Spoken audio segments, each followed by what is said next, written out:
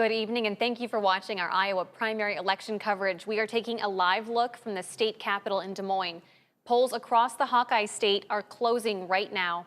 Thank you again for joining us. I'm Shelby Kluver. And I'm John Diaz. And I'm Dana Searles. We're teaming up to bring you guys statewide coverage for this primary election night. I'm coming from WOI in Des Moines alongside you guys. We're sister stations, so we're teaming up because there are a lot of races to track tonight. Yeah, and just to give folks an idea of what to expect tonight, it's not going to be like your typical newscast. We're going to be tracking these results as they come in. We're going to have some experts available to talk with us, of course, so just a lot more fluid today. Absolutely, and we have a whole bunch of team coverage happening tonight, including a lot of reporters all across the state. Yeah, our team members are live across the state, from Des Moines to Hull to Cedar Rapids, Pleasant Hill, and Iowa City. We have your election coverage tonight. But before we get to them, we want to just break down who is on the primary election ballots tonight. A big race we are watching. Iowa has its first open U.S. Senate seat in a dozen years after Senator Joni Ernst decided against seeking re-election. So on the ballot for the Republicans is current U.S. Representative Ashley Hinson and former state Senator Jim Carlin. Then for the Democrats, current state Representative Josh Turek and current state Senator Zach Walz. Then, of course, Republicans have a crowded primary for Iowa's governor. On the ballot for the Republicans are current state Representative Eddie Andrews, current U.S. Representative Randy Feenstra, businessman Zach Lane, former state Representative Brad Sherman, and former Director of Administrative Services Adam Steen. The winner will take on Democratic candidate and current state auditor who is running unopposed, Rob Sand. And here's a look at House District 1.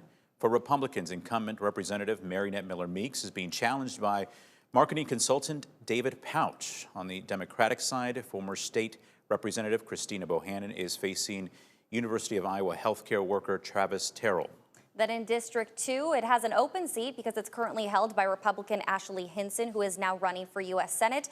For the Republicans, there's State Senator Charlie McClintock and former State Representative Joe Mitchell. For the Democrats, on the ballot is former State Representative Lindsey James, Clint Tweedball, who's the founder of the Matthew 25 nonprofit, and retired Army nurse Kathy Dolter.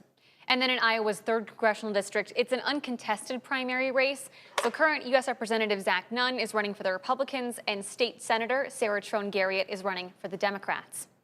Then District 4 has an open seat with Congressman Randy Feenstra in the running for Iowa's governor. On the ballot for the primary is Republican Chris McGowan, and Iowa veteran and political consultant.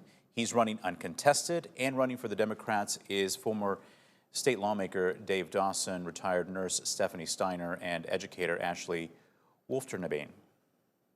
But of course, it's not just us who is in studio today. We also have one of our reporters, Jonas Evans, standing by, breaking things down all evening long with the courtesy of our giant maps. Hi, Jonas. Hey, Shelby. Yeah, no, if you remember this from our Illinois coverage a few months ago, we're going to use the map to kind of visualize the data as it comes in. Like John mentioned, we actually just got our first bit of voting data. It's coming from Carroll County. But I want to go through some of the races just to preview them a little bit.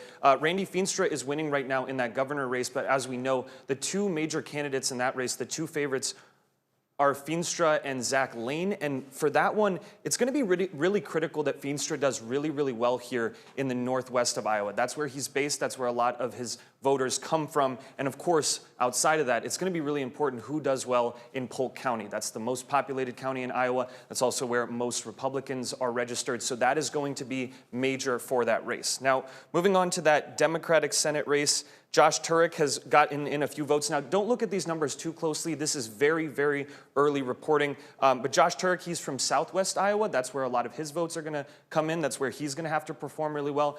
And then also I'm going to be looking at Johnson County. That's going to be critical for this race because there are a ton of Democrats registered there. That is where Walz is based, but that also is where Turek could really pick up some steam in that race as well. And finally, we'll take a look at that state Senate race, or in that U.S. Senate race on the Republican side. This is going to be maybe a little bit less of a competition than those other races I mentioned. Ashley Hinson is the overwhelming favorite in the polling, and she already has about 136 vote lead right now. But guys, very early. And we also have some local races. We're going to be taking a look at local counties and all these different races, especially in that Democratic Senate race. Our local counties here on the eastern side of Iowa are going to be critical. So we'll get into the 1st district, the 2nd district, and even some smaller races down at the state Senate level. So guys, a lot of numbers to look at. I'm going to try to keep up as best I can.